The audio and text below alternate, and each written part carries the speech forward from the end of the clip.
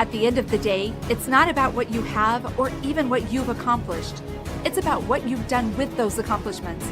It's about who you've lifted up, who you've made better. It's about what you've given back. Denzel Washington. Welcome to Inspire Vision. Our sole purpose is to elevate the lives of others and to inspire you to do the same. Ben, welcome. Thanks for having me, Doug. It's great to be here. Hey, I'm looking forward to it. Let the audience know where you are right now. I know you're a world traveler. So yeah, like you, I'm out of my home country. I'm currently in Sri Lanka for the next couple of months. Oh, that's fantastic.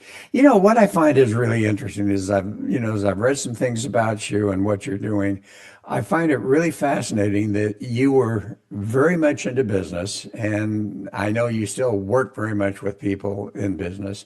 But what is your story that brought you to the point of moving into this direction where you're really now helping people, mentoring people, coaching people in their business as well as their lives?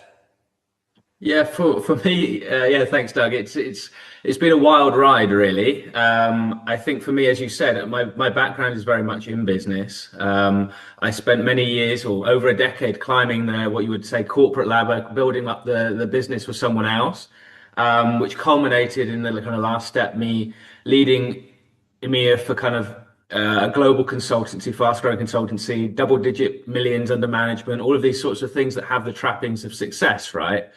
And to everyone on the outside, it looked fantastic. Living in the best part of town, doing all of the things that you would want to be doing at my sort of age. But it just didn't feel like my version of success. It felt like someone else's, whether that was my parents or my mentors or societies. And so it felt quite hollow. And that led me to realize that there's plenty of other people that have led the same life as me, that have led the traditional path, succeeded in every metric that you can imagine, but it wasn't for them, or it isn't for them. And so I help now people redefine their version of winning, whether that means applying the great success that they've had in their career, and helping them reinvigorate marriages or reconnect with their kids, or maybe get back into health and live a 10 out of 10 life on their terms. But for them and for me, it's really about understanding what they want now and how they can go about getting it. So did you make a major change? Did you move away from all you were doing and doing this now as a new whole environment? Yes, it was quite a drastic one for me. I make it very clear that nobody else needs to follow in my footsteps.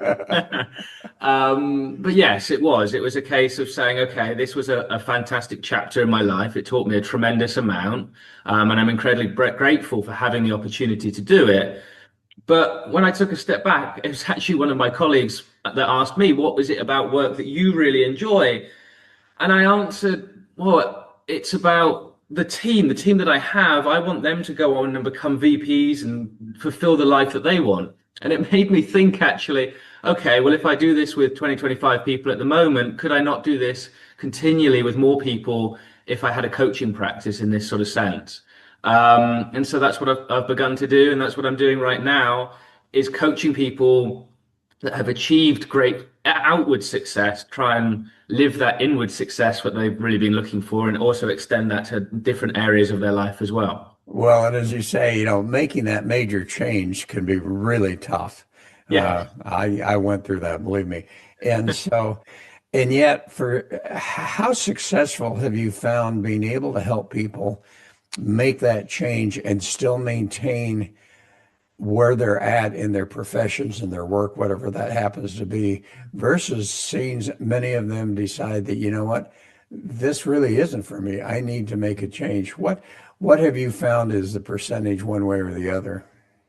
Oh, I would say the vast majority, 80, 90% stay in what they're doing, right? I think often people come to me because they think that they would like to make a drastic change like I have done, but they don't know exactly how to do it. But very often, what that signals is they haven't been incredibly intentional about their life. And so they tell me very often that their wife is their number one priority, or their family, or their whatever it might be, but they're not living in accordance to that. So once we get very clear on what is important to them and that they're not living in that way, then it's about repositioning their lives so that it does make a lot more sense, so that they can reposition work in a sense that makes sense. Might be cutting out meaningless meetings or repositioning the way that they show up at work or things like that. But yeah, the vast majority of people live their version of a 10 out of 10 life by retaining the career that they've built, and in many ways do far better in their career because they position themselves as better experts and can lead more clearly and all of those sorts of things than they came to. And then yes, it's a very small percentage that then say, okay, I've done all of these things, I still want to leave. And then we look at what that is and how they can build a career outside of what they're existingly doing. Okay, so as you work with quote executives, Hmm. how applicable is the information we're going to talk about today? How applicable is it to that medium worker that's just trying to, support his family, and Hmm. yet he's not really finding that happiness? Does it apply all the way up and down, or what are your thoughts on that?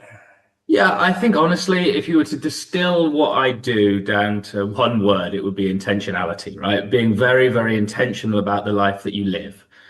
I actually tell my clients quite often that the weirder your life looks to everybody else, probably the truer that life is to you. And so, yes, it doesn't matter at what stage in your career you're at, as long as you are defining your life around what is important to you and you're sticking true to that, then you can make it, yeah, you can make it your version of your best life. You can make it your version of winning. It's just obviously with executives, I have that extra, okay, I've been there, I've done that. I can articulate the journey and the pain that you're going through in a slightly different way. And so that's where I tend to focus my energies. But yes, of course, it applies to everyone.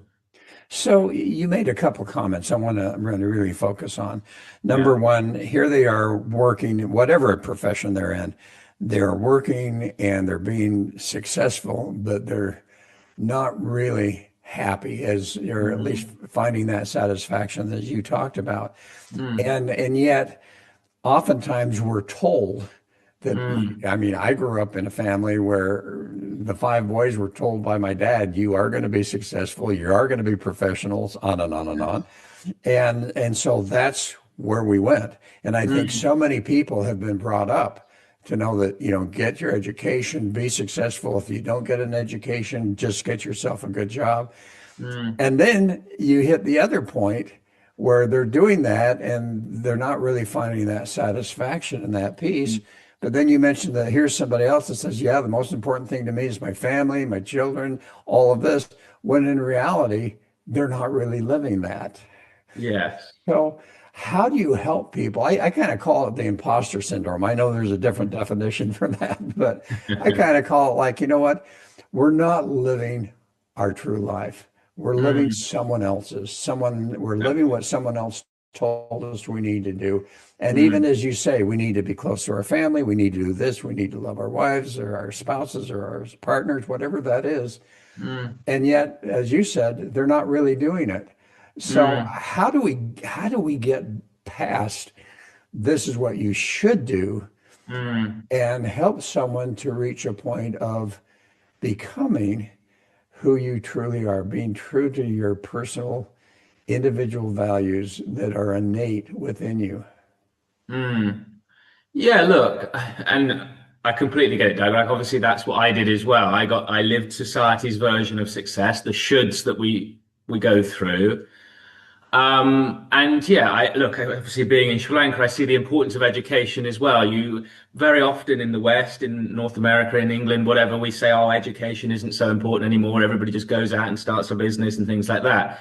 Being in places like this, you realize that actually education is fundamentally important because it separates people. It gives you the opportunity to succeed and think differently than others, right? So I'm not here to bash the traditional path. I'm not here to necessarily say to move away from it if that makes sense for you, right? Again, if you want to become a VP or a CEO of an organization, all power to you, and I can help you get there, or we can talk about that. But it's making sure that it's your right path. And you spoke about authenticity, and authenticity, I think, is very central, right? It's For me, it's about understanding what have been your motivations to succeed. So it's not just that society has told you something. I think it's that you have some subconscious story that is propelling you forward, that is making you do those things. So for me, I picked up many, and as many of my clients do as well, picked up subconscious scripts as a child, as a teenager, that then force you to then live out a life in a certain way. For me, I'll be very transparent. It was around the feeling of not being good enough, perhaps something wrong with me, etc. That meant that to try and prove myself wrong, I was constantly trying to achieve, trying to find that internal gratification externally. And so one thing that I quite often do with clients, maybe not right at the beginning, but it's uncovering those stories so that you can see, okay, where am I doing the things, creating the life from an energy that I really want it, or where am I creating a life from fear where I'm trying to prove this story wrong all of the time. And then when you can finally put that story down at 30, 40, 50, whatever it is that the people that I'm talking to, then you can suddenly say, okay, I have a bit of opportunity to breathe a little lighter, and I can reassess actually what is authenticity to me? How do I want to act? How do I want to show up in the world? And what is the mark I want to leave? And that's really a very important step for me. Well, and as we talk about success, I think it's interesting how different people define success in different ways. But here Mm. you're talking about life success. How Hmm. would you define that? For me, for me, it's, as I said, it's a little weirder than perhaps most people's, right? I live in Sri Lanka. I've been here for the last 6 or 9 months, and for me, it's about living on my own terms. So I live in a warm place. That's very important. I come from London, not so warm, not so sunny.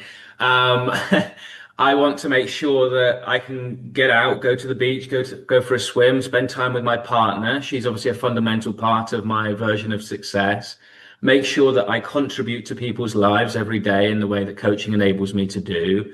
Speak to interesting people such as you, Doug, and then continue to build momentum in the business. Right? That for me, at this version of my life, is success. It's very simple. It's very different than it was in London, but that's really where I envisage my life continuing to be for quite a period of time.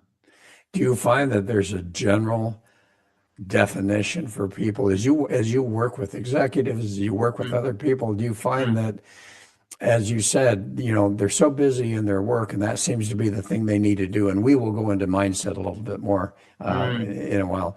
But Yeah. do you find that there's a definition for them of success that when it really becomes real, where they're really Mm. finding a sense of peace in their life and joy and love, as well as still being successful in whatever profession they happen to be in? Do you find that there's a reasonable definition for people of what success genuinely means in our lives? I think there's an answer that people give me as the first answer that feels like the safe answer, that feels like the socially approved answer. I don't like to stop there, right? I like to keep on Right. asking, tell me more. And often, the more depth we go into, the more I ask, explain that. Why, what does that mean for you? The more we peel back the layers and the more unique it appears for each individual person, right? For some people, it's going camping with their mates on a weekend. For some, it's, yeah, their family. For some, it's they want to go RV racing or whatever it might be. Um, but yeah, I think that to live your true version of winning, it has to be something that is unique to you. And so therefore, yeah, there might be common themes around family and health and business and money and things like that. But it's the fuzzy bits on the edges that make your life interesting and make it feel really like yours. So it's really individual, if I hear what you're saying. It's Hmm. really individual, but also it's just a sense of feeling that joy and that peace in your life, whether, Hmm. as you say, whether you're doing it. I mean, I've got one son that runs 5 miles a day and just exercises and so on and so forth. There are others Mm. that do different things. But the reality is that the final the final item is that they're feeling a sense of peace and happiness Yes. as well as potentially success in their lives.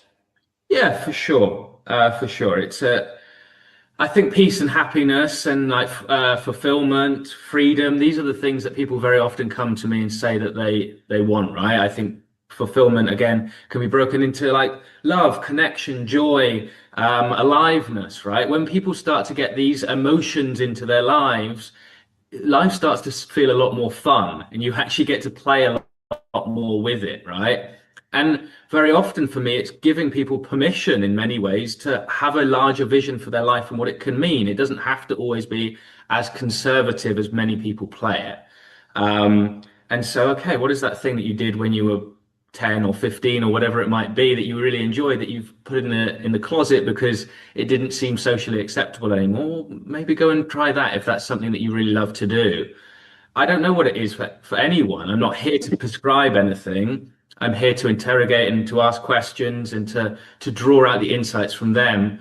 And that's why when people ask me, do I have a framework? Do I have a methodology? Yeah, look, I draw from a number of different experiences that I've had in my life, but this work is completely bespoke. It's completely designed around the person sitting in front of me and drawing out their version of winning, nobody else's. So here's a question that comes to my mind. You know, you're talking about people in the workforce and so on and so forth. Do you ever work with people who retire? Yes, of course. Like, what is the greatest definition of retirement I've come across, right? I think it's Naval Ravikant, isn't it, Doug? Where he says that you stop sacrificing today for tomorrow, right? So, in many ways, quite a lot of clients retire because they realize that they need to live today or they want to live today in and of itself. Okay. Now, obviously, we make considerations in terms of savings and pensions and things like that. But yeah, I think that's important. And then people do come to me and say that I've retired. I've lived my entire life with this is the end goal that this is going to be where I reach freedom. And funnily enough, the trick that we've all been played is very often that that's not the case where it arrives. If you spent your entire life living a certain modality, living it in accordance to, okay, I need to climb the ladder or I need to save money because I need to make sure that I'm safe or secure at this certain age. Funnily enough, when you retire and you stop working, it doesn't necessarily feel the way that you thought it would. So again, it's about redefining what that means and how you can tap into that little bit by little bit, day by day, to try and live more freely. And how do they do that? I don't know what you observe there among expats. Yeah. Here in Thailand, I observe a lot of them have gone from, you know, that successful working and so on and so forth to where basically they just sit at home and watch some TV or in the evening go to the bars and drink with their buddies and so forth. Um, how do you help those that are retiring to find purpose once again in their lives, but different from their work? Well, it's about getting, it's exactly the same work in many ways, Doug, right? It's uncovering what is valuable to them. So one of the most common things is I don't want to necessarily go and earn money, but I want to go and get fulfillment. I want to get, give back. Okay.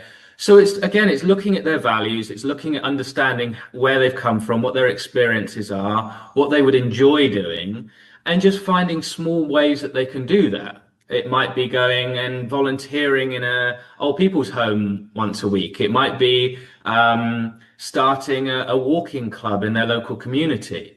It can be any number of things, but it's about then building in those small things. And this is why I think that it's so important that we define what success is before we get to that stage, because very often we think, oh, okay, well, we're going to have 8 hours free. I can do whatever I want. But if you haven't been living your life that you want before that, you then just have another 8 hours where you can watch Netflix and chill and not do anything. As you say, go and hang out with your mates at the pub or whatever it might be, rather than living it intentionally. So yeah, for sure we can do it. It's a little bit more tricky because then you've got to say, okay, these habits that I haven't done for 30, 40, 50 years, perhaps by this point, can I start adding these in? Can I go sailing? Can I maybe go knitting, whatever it might be, right? Can I go and play golf with mates? It's all about the connection and the things that they want to add into their lives. Again, the work's not so different, but it has a different view, a different look on it. Well, and you mentioned something that I think is so important, and I want you to expand on a little bit, talking about giving back. Mm-hmm. And, so often we do everything that makes us feel happy and so on and so Mm-hmm. forth. But what do you find when someone is able to develop that sense of giving back, of making a difference? And as you say, it can be very simple. But Mm-hmm. what happens when someone's able to start eliminating that total me, and start giving back in some way? What happens? Yes, I read it in some book once, and I can't remember exactly where to attribute it, so forgive me. But there was a distinction that they made between the West and the East. In the West, when we're feeling down, we think about how to spend money on ourselves, how to give ourselves self-care, how to do these sorts of things. In the East, what they're taught is it's about giving back to others. How can you contribute to others? And what they found in this study was that the people that gave back to others showed signs of being more subjectively happy, more fulfilled, more connected to their community. Whereas when we put it on ourselves in the West, that was very different. And so I think that that's very, very true for the people that I work with. Yes, for sure, it's important to put your own oxygen mask on first, because then you can't, if you don't do that, you can't help others. But in the service of others, by connecting with others, it gives you so much more back than you can anticipate it doing. Well, and you talk about the myth of more. And Mm, and for me, coming here to Thailand and recognizing that, holy cow, here are these people and they appear to be happy. I mean, mm, obviously they have their own issues, but they're living on meager amounts of mm. income. And yet you see them, they smile, they're happy. Uh, what is your concept, or what are your thoughts about the myth of more? And as you say, particularly in the West, how do we find ourselves caught up in more to the point that that becomes our main focus and we lose sight of what's really important? Yes, again, I think even the myth of more comes back to these subconscious stories that you've carried with you, right? Whether that's around safety or not being enough. If we're trying to fulfill these stories that we're living with that we haven't yet identified, then that, along with the societal pressures and keeping up with the Joneses and what we see on Instagram or whatever, makes us want to kind of do more, get a nicer house, get a nicer car, etc. But as you said, yeah, for sure, we see people in Thailand or people in Sri Lanka that have substantially less than we typically see, and they're just as happy. But even I'm sure for you see for yourself, Doug, we see for ourselves that, okay, well, I don't actually really need a flashy car here, right? Because the weather's brilliant and I can go to the beach and I can hang out with friends.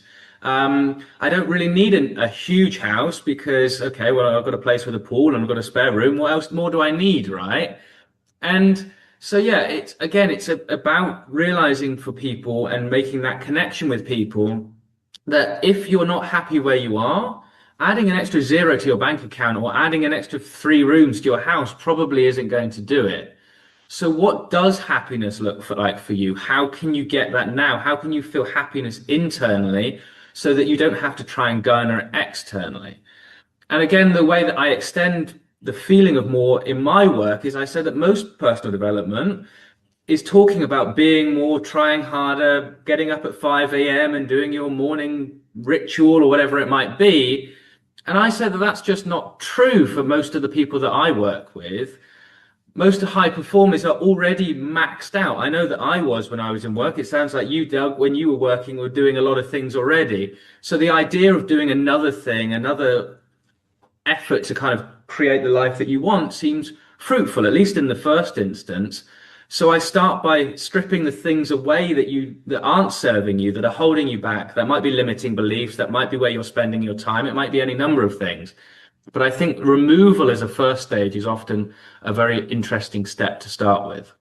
Well, and Eckhart Tolle, I don't know if you've read his book, New Hmm. World, or New Earth, but he talks about the ego and really Hmm. just focuses on how people allow their ego to push them in a direction that's not necessarily the healthiest for them from the Mm. standpoint, I need more and so forth. And you've mentioned this concept of I need more because it'll make me look better to the people around me and so on and so forth.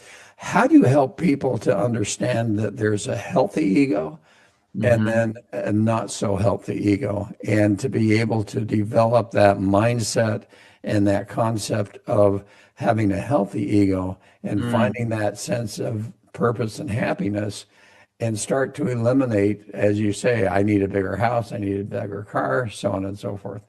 Mm. Yes, I think as well, it's not a case of removing the ego, right? Like you hear that sometimes in the spiritual world, I'll kill the ego, whatever. I don't think that's the case. I don't think that's really where we want to function as humans, right? But I think for me, when it comes to unveiling the good parts, it's again, it's about looking at the stories that you've got. Some will be empowering, some will be disempowering. But but it's about identifying which is which and where you are with it. So I very often, I'm not a therapist, I never claim to be on the internet, right? But we do often look at childhood to see the stories that have shaped your life. And very often people say that I'm not worthy, I'm not good enough. These common patterns, I wasn't safe, these sorts of things come up. And so I make the distinction between creation and reaction, okay? And when you're living from those stories, it is very common that you're then reacting to life. My dad wasn't great, and so I'm going to do the complete opposite. My mum wasn't emotionally open, so I'm going to do the complete opposite. Whatever it might be, or my teacher told me I wasn't good enough, so I'm going to prove her wrong, or I'm going to live into that and prove that I'm really not good enough, however it might play out, right? And so it's about identifying those stories and saying, okay, are they true for you now? Do they serve you now? Are they of value? And if they're not, then can we find a way, which we very often do, of putting those down? And then you have the opportunity to say, okay, this is the positive side of the ego. This is the thing that I want to create. This is how I want to live. And this is just a story that I've been telling myself and trying to react to that actually isn't valid anymore. So, how easy is it for you to help people achieve that? Honestly, I think it's far easier than people anticipate, right? Typically, within the first couple of sessions, we've identified them. And then in a few more sessions, we are on our way to dismantling it. Honestly, the way that I see it is it's like a Jenga tower. You've played Jenga before, you pull the bricks out, right? Once you start to pull a few of these bricks out, the tower wobbles. The whole ambition for me is to pull the bricks out so that you have a clear base to start from. You can then really say, okay, this is what I want and this is how I'm going to go after it. But many of us have built identities or this structure that doesn't serve us anymore, that was valuable perhaps when we were 5 or 15 or 20, that isn't the case anymore.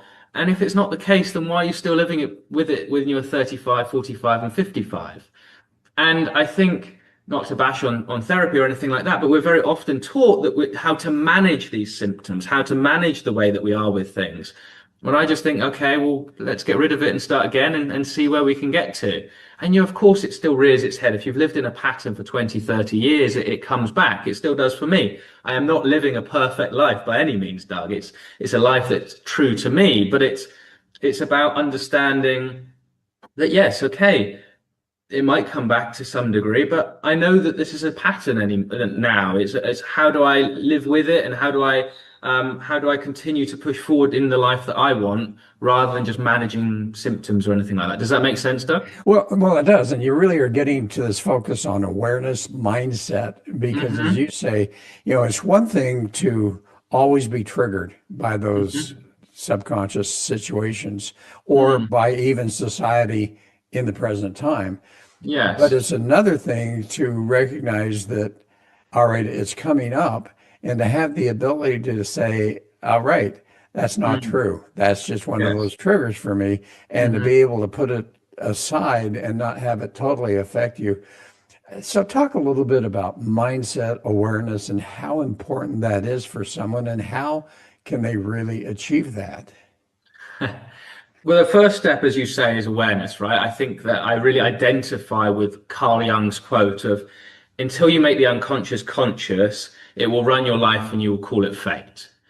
So can you first of all become aware of the patterns, the triggers, etc., that are coming up? Yes.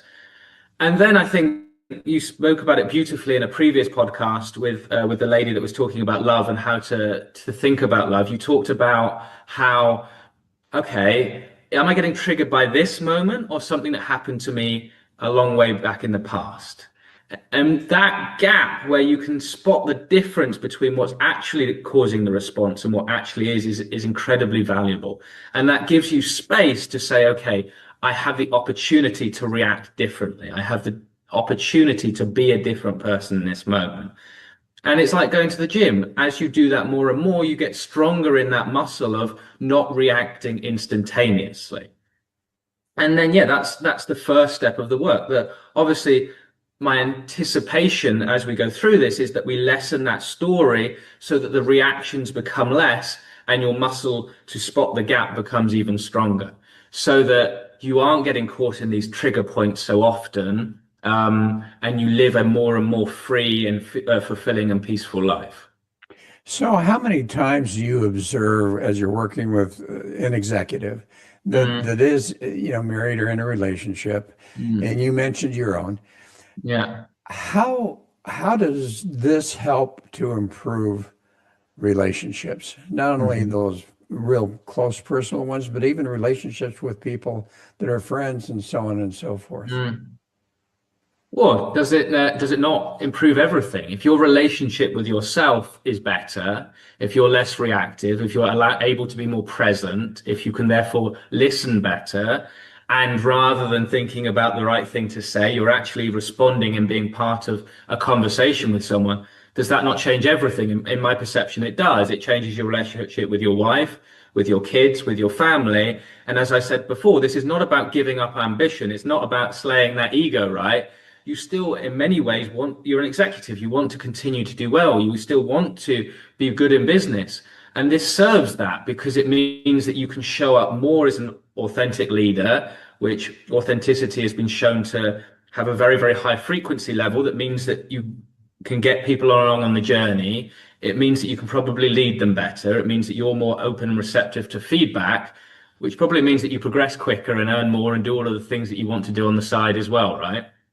Well, and that's true. I mean, I hear the stories of executives situations where someone new comes into a particular department and it becomes a nightmare. The employees are just so upset and frustrated and anxious Mm. because of that. And how often does this very sense of self-worth and true awareness and mindset help an executive to become a better executive? And rather than getting fired because they're not getting the whole department to produce, they're actually succeeding.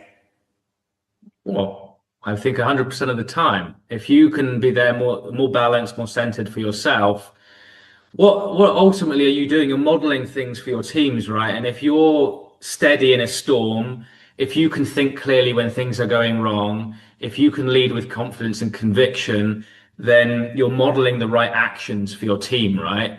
And that ultimately, I believe, means that that team is going to function better, more effectively, especially if then you are open in communication, if you can have non-passive aggressive communication, things like that, it means that then that's a possibility for the rest of your team because they feel comfortable doing it. And I actually make the distinction on my website. I very often think, and executives will come to me and say, I've got a strategy problem. You're going to be the best person to define that strategy in all likelihood. You probably don't have a strategy problem. You have a thinking problem. You have a clarity problem. You have a mindset problem. So let's work that out. And then with a huge amount of likelihood, that's going to solve your strategy problem because then you're going to be able to think through the things and disseminate information from different points that's going to make your strategy far more clear and easier for your team to follow. Well, and as you talk about personal responsibility in relationships, whether it's at work or otherwise, what have you observed when an individual, has really got a lot of those issues, that as you work with them and as they start to really develop that sense of self and worth and value and get rid of some of those triggers, Hmm. what have you observed both in business and in personal life? How does that affect the relationships, whether with their employees or Hmm. whether with their important people in their lives? Yes. So on the relationship front, it transforms them, right? Because they feel better. And so again, it's not a case that they are trying to garner that feeling from outside of themselves, so they're not people pleasing. The imposter syndrome is somewhat lower, and so they're not trying to do things from a bad place of ego, like we talked about. And so the relationships are more honest, more transparent, and serving the greater purpose very often. So on your website, because I went through that and it's Yeah. been interesting to see what you have there. One of the things you talk about is boundaries.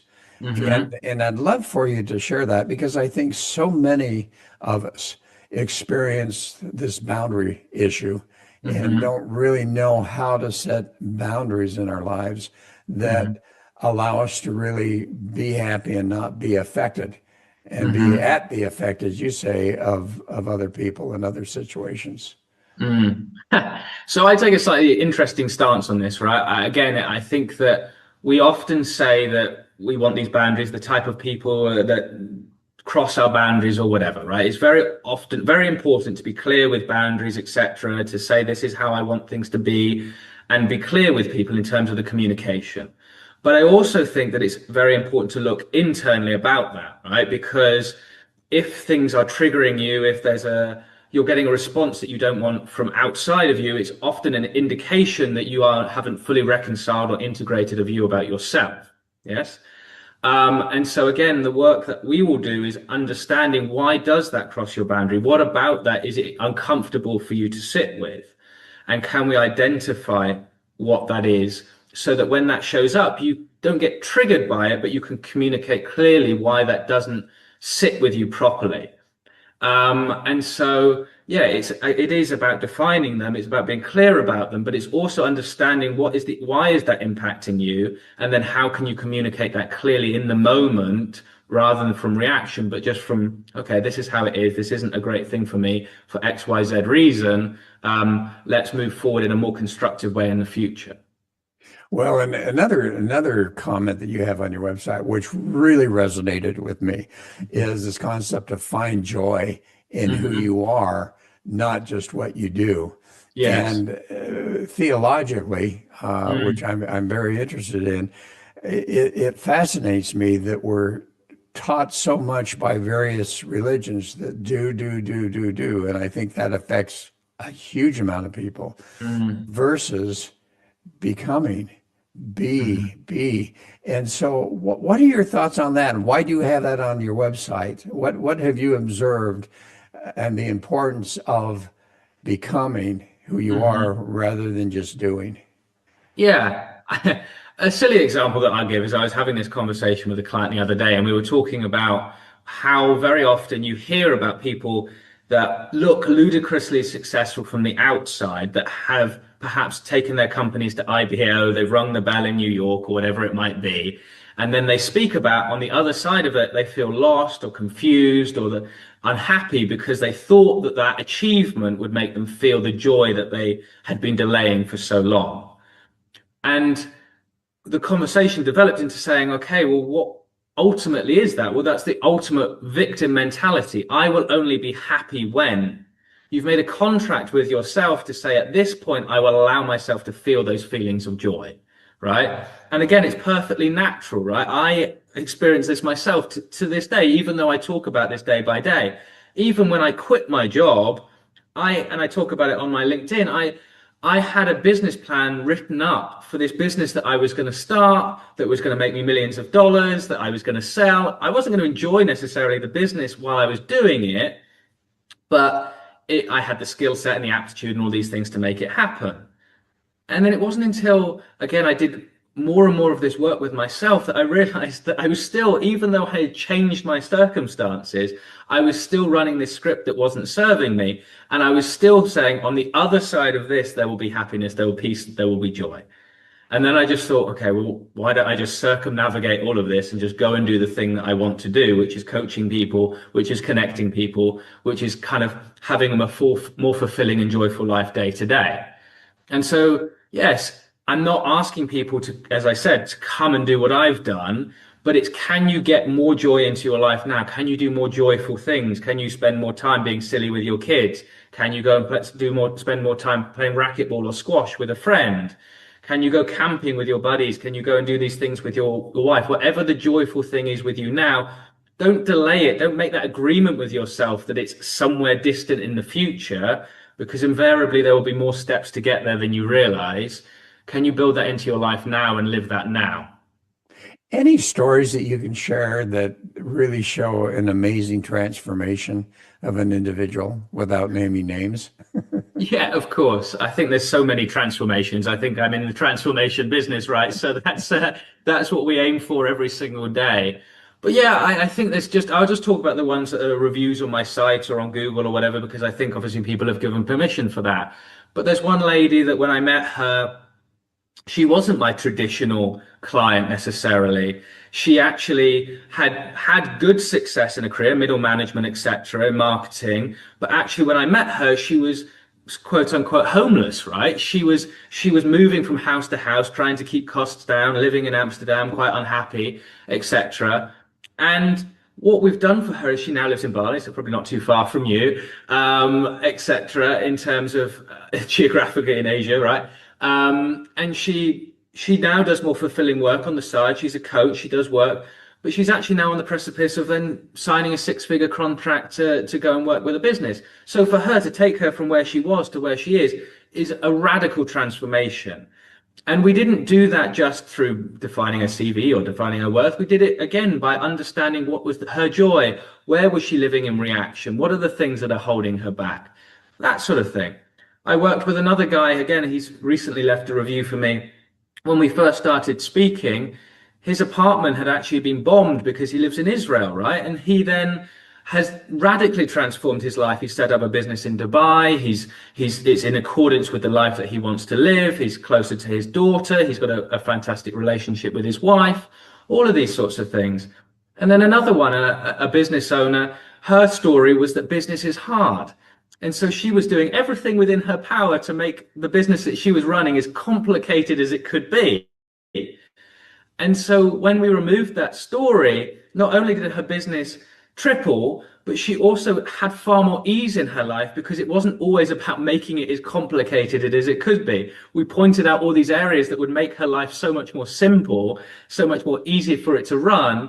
And so suddenly she got more time back. She got more opportunity to do the things that she wanted to do. And so, yeah, these are great transformations. But I know that I'm a long answer, but just to add on the end, for me, these things are fantastic. These are remarkable transformations. But what I often am far more excited by is the ripple effect that people get, right? It's not just the transformation for that person, it's the transformation for their spouse, for their partner, for their kids, for their teams, for their businesses. And so it goes far further than I could ever possibly see. But when they tell me that their wife is subjectively happier, when they tell me that they've had more connection with their kids, that's the real joy for me, because I know that not only have they changed their lives, but the lives of people around them that I perhaps will never meet has also changed as well. Oh, and you know what? You've hit the main point, I think, is how often as we change, we start to make a difference in other people's lives, even if we're not doing it consciously. So as we come to an end, how do people find you? So the very easiest way is to just go to my website, so ben-robbins.com. You'll find my LinkedIn there. I write on LinkedIn daily. And yeah, if you obviously want to get in contact, please do. But the easiest place for them is to find me on my website. Excellent. So as we close, what would be kind of a final message that you'd like to share with the audience? I think the final message, Doug, is that you can find and reach your own version of winning, your version of success. Just because you've been told from society to live in accordance to a certain way, that doesn't mean that that has to be the way that you live. So chase down what you want, find that joy, find that peace, find that happiness in the moment today. And if you want, we can help do that together so that you can live the life that you love today and not necessarily just tomorrow. Ben, thank you so much. This has been a great conversation. Perfect. Thank you very much, Doug. And I really appreciate it. what a difference you're making. And I think your insight about how we can change ourselves, we make such an impact on those around us that we can never even keep track of. So anyway, thanks so much. And folks, thanks for joining us. Hope you've enjoyed it. Look forward to having you join us again soon. This is Dr. Doug saying namaste.